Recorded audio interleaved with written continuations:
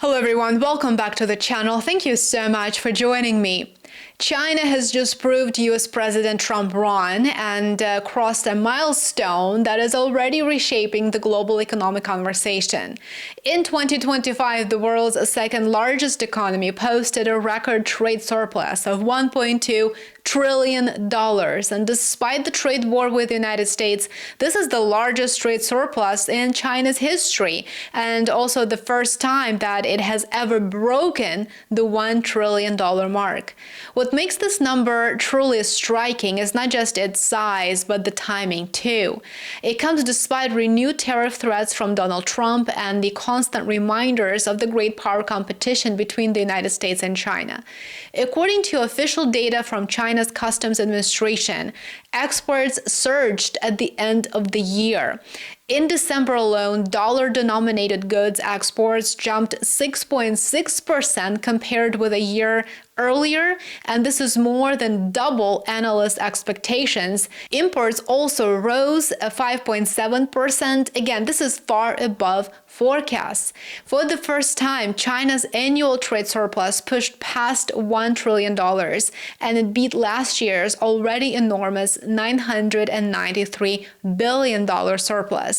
This wasn't driven by a boom in American demand. In fact, what's very telling in this scenario is that exports to the United States collapsed by about 20% year over year. Instead, Chinese manufacturers rerouted their goods elsewhere. Remember, I always say that the world is actively creating an alternative framework that would mitigate the risks of Western political ambitions. And this is precisely what's allowing the global South to continue growth despite Western economic coercion. In China, shipments to the European Union rose 8.4%. Exports to Southeast Asia surged 13.4%. That is significant. You see, this points to a very simple fact. China didn't just stop exporting because of the United States imposing tariffs and sanctions and imposing a variety of trade barriers. China just changed where it sells its goods. This redirection strategy is at the very heart of Beijing's response to Western pressure. When tariffs rise or markets close, when they become unavailable, Chinese producers actually look for alternative outlets. And that may precisely be why this record surplus is making China's trading partners very nervous, especially in Europe. Brussels has been warning that European markets are being flooded with Chinese goods, but this is, of course, indicative of the fact that Chinese goods are in demand in the EU. Remember that BYD just surpassed Tesla after all. China's total exports in 2025 grew 5.5% year on year. What's interesting is that imports, by contrast, were flat for the year as a whole, and that imbalance is what produces a surplus of this magnitude, of course, and that's what makes it politically explosive for Western leaders. One way to explain this imbalance is by looking at export controls. Export controls imposed by China's trading partners may have prevented the country from importing more goods. The United States and its Western allies have tightened restrictions on advanced technology exports, a variety of chips, for example, and high-end semiconductors, which caused China's imports to decline in those sectors. It may be fair to say that if these barriers are lifted, if they are removed, China would indeed import more of those goods that it needs. According to Reuters calculations, China's rare earth exports in 2025 reached their highest level in at least a decade.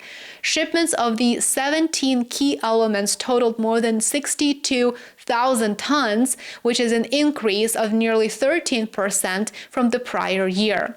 Now, to play a devil's advocate here, it is worth noting that some economists see the surplus as a warning sign rather than a triumph. China's economy remains heavily dependent on manufacturing and on exports, but domestic consumption is weaker than one might expect. So while its export is extraordinarily strong, there are areas areas in China's economy that may need to be improved, and that could be said about any economy, really. With regard to trade imbalances, French President Macron made a very interesting comment during his Davos speech. He argued that decoupling from China simply doesn't work for Europe, and he said that it is in the best interest of the European Union to re-engage China to gain a much-needed boost to Europe's economic growth. But he also noted that the EU should partner with China to contribute to mutual growth, to transfer technologies, not just import some devices and products into the EU. Take a look at this very short clip. I thought it was very interesting.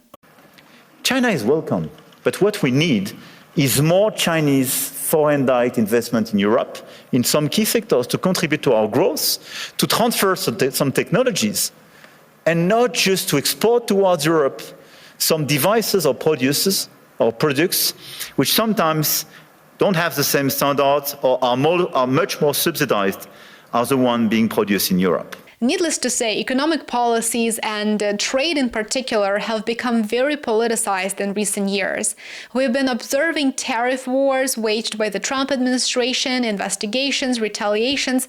The larger the surplus in China grows, the stronger Western governments may respond to it, because to them, cooperation doesn't come easy, but economic coercion is sort of that default tool that comes handy when they feel threatened. And that brings us back to the core paradox of 2025 and likely this year, 2026 as well. Trump's tariffs were meant to rein in China, to effectively create obstacles to its economic rise, but instead, China posted its largest surplus ever. Exports to the United States fell sharply, but total exports actually kept rising. The pressure didn't disappear, it just shifted, and China recalibrated. That's what happens. What happens next will define the next phase in global trade. If the United States tightens further, China will look even harder to Europe, to Southeast Asia, and the global South. If Europe does push back, trade frictions will, of course, multiply. A $1.2 trillion surplus is not just a statistic. It is a signal that the global trading system is under strain and that the old assumptions about who benefits from tariffs and who absorbs the costs no longer hold. By the way, I just uploaded an entire video explaining how U.S. consumers, not foreign importers, are the ones paying for Trump's tariffs. Make sure that you watch that video next. Thank you very much for watching. I hope that you enjoyed this quick update. I hope that it was interesting. Let me know in the comments below what your thoughts are on the subject. I would love to hear from you. Enjoy the rest of your day, and I look forward to seeing you here tomorrow. Take care.